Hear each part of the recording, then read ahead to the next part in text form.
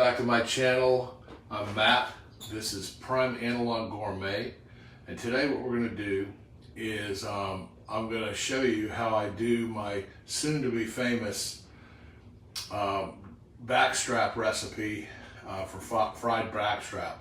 First thing we're going to do is I've already butchered the tenderloin, so that's what this is. This is backstrap is a tenderloin, which runs there's a backstrap. There's a down the backbone of the deer. There is a long muscle that runs there, and it doesn't receive a lot of exercise through that backbone, even though it's running around. But it's very lean, and you have to cook it very quickly.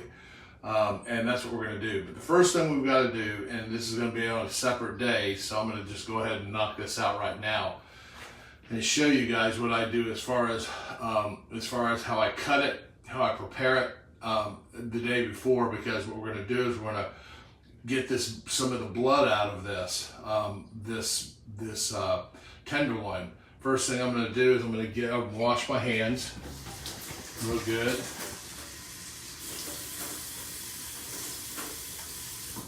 And I'm not so worried about a whole lot of stuff because my hands are going to get bloody because of the way we're going to do this. But I'm going to show you. Let me get a ramekin here. I'm going to get this. I'm going to put into this. It's not big enough. Make sure you get a ramekin like this that you can put your completed deer in, the pieces that we're going to do. And I'm going to show you. It's really quick and easy. Start with a really sharp knife. So you're going to have on your cutting board, have your you also need to have one of these. This is a meat tenderizer, and what we're going to do is we're not going to sit there and flatten it and beat it to death. We're going to do, you've got the small end and it's big, and this end here, and what we're doing is basically trying to create surface area.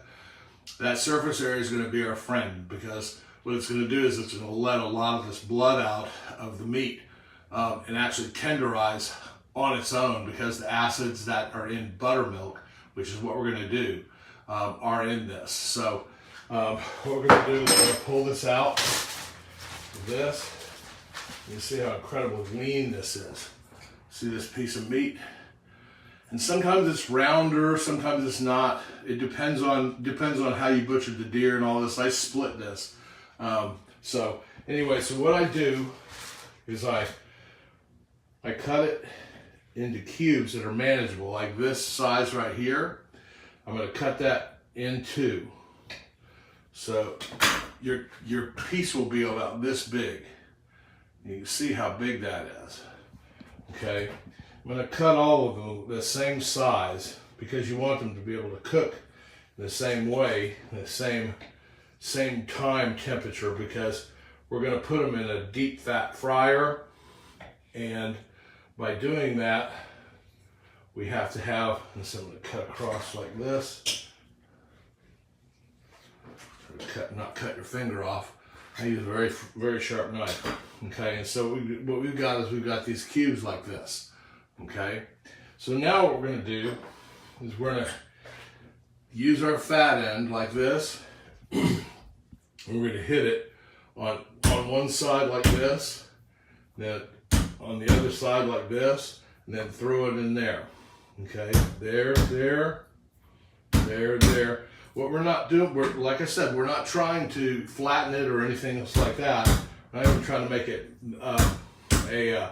a certain size. What we're doing is we're creating a surface area for the blood to come out. You know, it sounds like I'm really hitting it a lot. I'm really not. I'm trying to put an imprint basically on both sides, on the top and the bottom.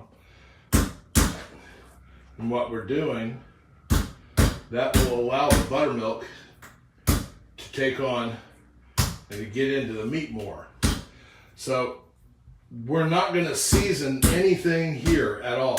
We're not going to season any of this meat because we're going to, when we pull the blood out with the buttermilk, what we're going to do in 24 hours, we're going to dump that bloody, it'll look like strawberry milk because all the blood will come out.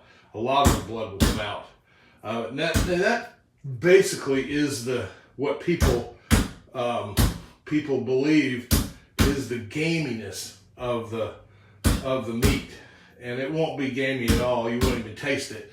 It'll taste like just super tender meat, beef, but it's never going to be like beef, because beef was what do you call it? It was raised. It was finished on a cattle lot where they give it a bunch of corn and a bunch of additives and things like that to make them fatter, so they bring more money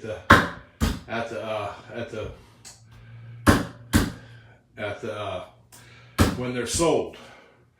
So let me get my buttermilk. Hang on one second. Try to do all this in one take because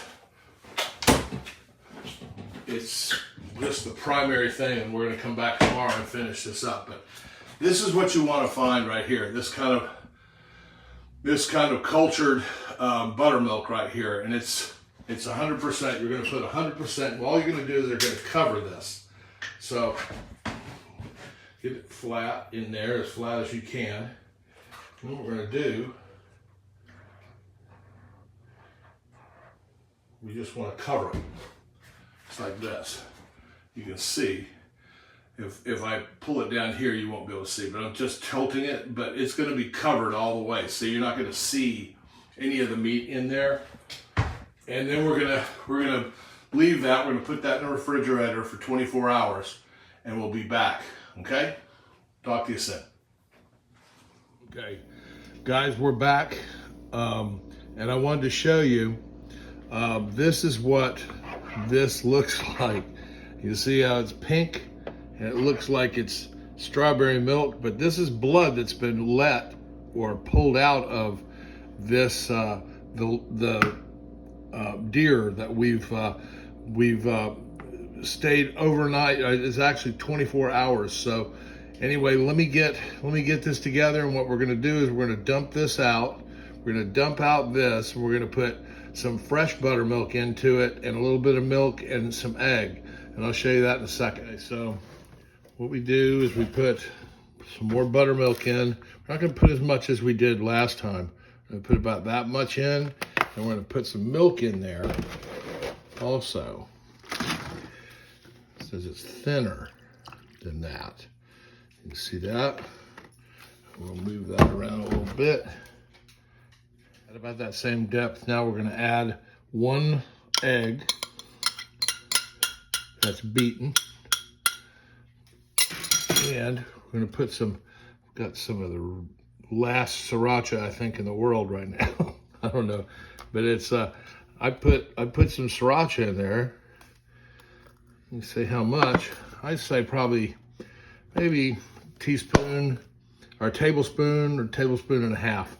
Depends on your heat level and what you want. But anyway, we're gonna mix that up really good, and that's gonna be our liquid.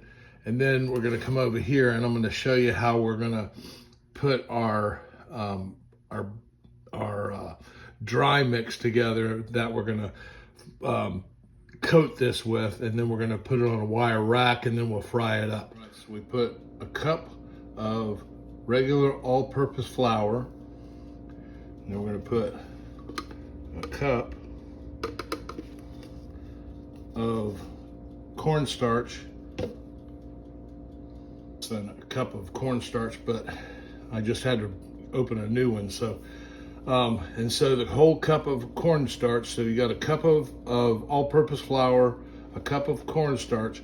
Just do these things over the bowl so you won't make a mess. So it just all goes in there. It's not super exacting as far as the science is how much. And then you're going to put a cup of panko breadcrumbs in, and just like the cornstarch, I had to open another container, so I had to make a cut. So we'll get there eventually. Okay, so a cup of panko in there also. So that goes in there. Now we're gonna do 2 tablespoons of Everglades Seasoning. And this is Everglades Seasoning. That's 1 tablespoon. And here's another one right there. And like I said, these aren't exacting amounts. They're just roundabout. Then we're gonna do 2 of my AP rub, and I've actually got to a point now that I just make my own.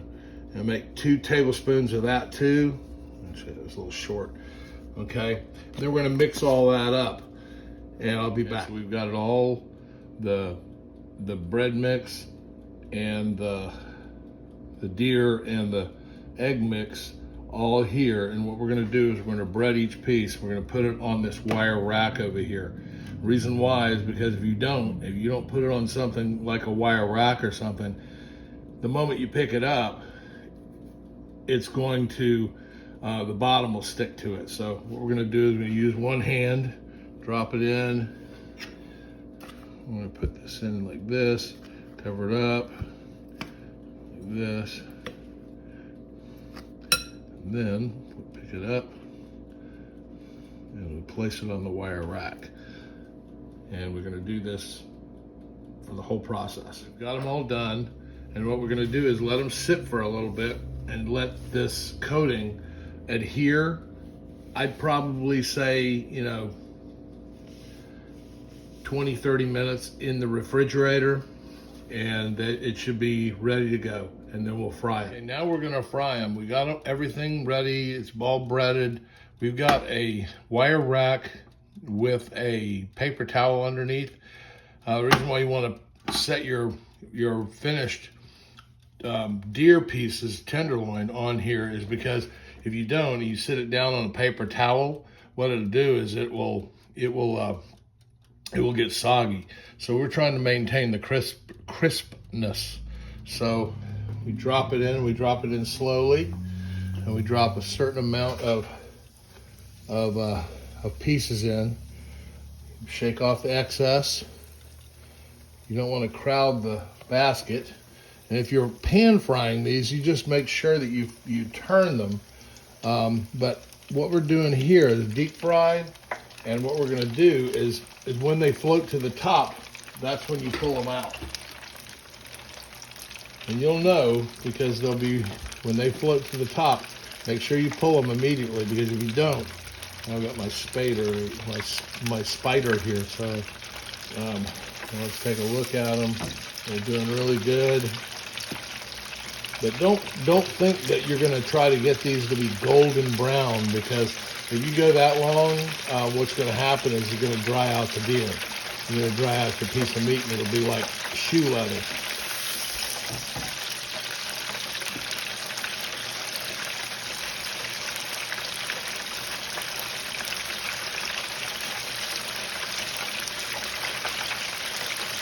This one has close to hot.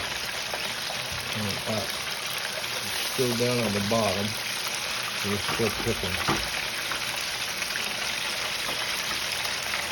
Other thing, try to make sure that you put the same size pieces in, because then they'll come up all together pretty much.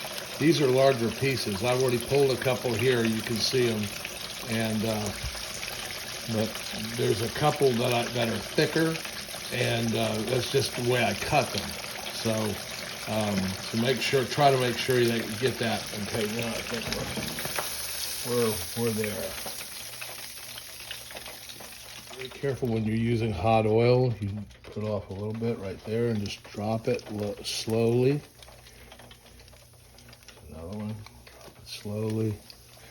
These are very similar sized pieces. And that's what you want to do. There's another good one. Shake your basket a minute and let it break off so it doesn't stick to the bottom. My signature thing, I tend to, with this recipe, I love to put freshly grated parm on top. when they come out. And so it kind of goes in the nooks and crannies. Now, what you really want is this right here.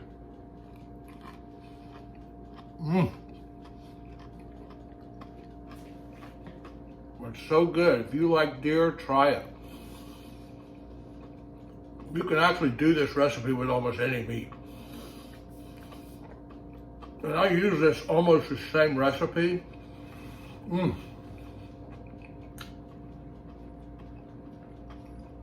With chicken wings and things like that. So give it a shot.